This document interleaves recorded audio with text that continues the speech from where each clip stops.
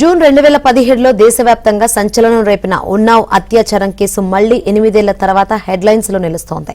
నిందితుడు Kuldeep సెంగార్కు Delhi high court bail ఇవ్వడంతో తీవ్ర దుమారం రేపడంతో సుప్రీంకోర్టు స్టే విధించింది. ఈ క్రమంలో కుల్దీప్ సెంగార్ కుమార్తె ఇషితా సెంగార్ సంచలన వ్యాఖ్యలు చేసింది. బాధితురాలుగా చెప్పుకుంటున్న అమ్మాయిని తన తండ్రి నిజంగా చెడు దృష్టితో చూసి ఉంటే ఆయన్ను ఉరి తీయాల్సిందే అంది. అయితే ఆ అమ్మాయి కుటుంబంతో తమకు పాత శత్రుత్వం ఉంది. లైంగిక దాడి కేసు పెట్టడానికి ముందు నుంచే తమకు ఆ కుటుంబంతో శత్రుత్వం ఉంది అని ఇషితా సెంగార్ తెలిపింది.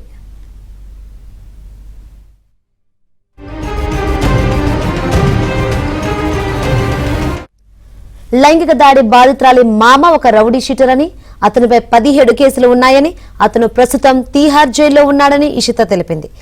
అతను తన బంధువుపై కూడా దాడి చేశాడని తెలిపింది. తప్పు జరిగిందని చెప్పడానికి ఒక్క ఆధారాన్నైనా ఆమె అడగాలనంది.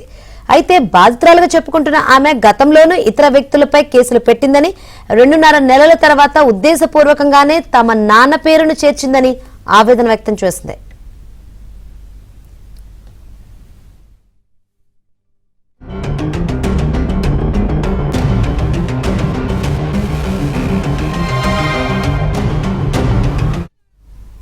కాగా నిన్న సుప్రీం ఇచ్చిన తీర్పుపై ఇషితా తీవ్ర ఆవేదన వ్యక్తం చేసింది. న్యాయ వ్యవస్థపై నమ్మకం సన్నగిలుతోందంటూ సుదీర్ఘ లేఖను ఎక్స్ వేదికగా పోస్ట్ చేసింది. 8 ఏళ్లుగా న్యాయం దక్కడం లేదని, తన తండ్రి బీజేపీ ఎమ్మెల్యే కావడంతో చిన్నచూపు చూస్తున్నారని ఆమె వాపోయింది. తనను అత్యాచారం చేస్తామని బెదిరిస్తున్నారని, ఈ ద్వేషం తనను మానసికంగా కుంగదీస్తుందంటూ ఆవేదన వ్యక్తం చేసింది.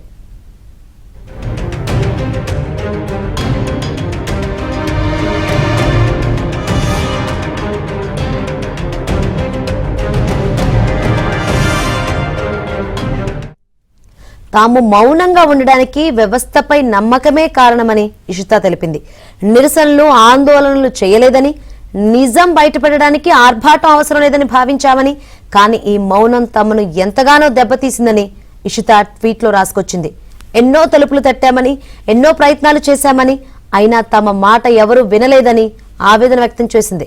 తమను బలవంతులని అని పిలుస్తున్నారని, కానీ 8 ఏళ్లుగా గొంతులేని వారిగా మార్చినది ఏంటని ఇషితా ప్రశ్నించింది. కావాలనే సృష్టించిన భయం న్యాయమూర్తులను, జర్నలిస్టులను, సంస్థలను, సామాన్య ప్రజలను కూడా మౌనంగా ఉండేలా ఒత్తిడి చేస్తుందని ఇషితా తెలిపింది. దయచేసి నిజాన్ని నిజంగానే పరిగణించాలని, తాను ఈ దేశాన్ని నమ్ముకున్న కుమార్తెనని, తన నమ్మకాన్ని వమ్ము చేయొద్దని ఇషితా ట్విట్టర్ వేదికగా విజ్ఞప్తి చేసింది. ఇషితా వ్యాఖ్యలు, ట్వీట్ ఇప్పుడు సోషల్ మీడియాలో వైరల్ గా మారాయి.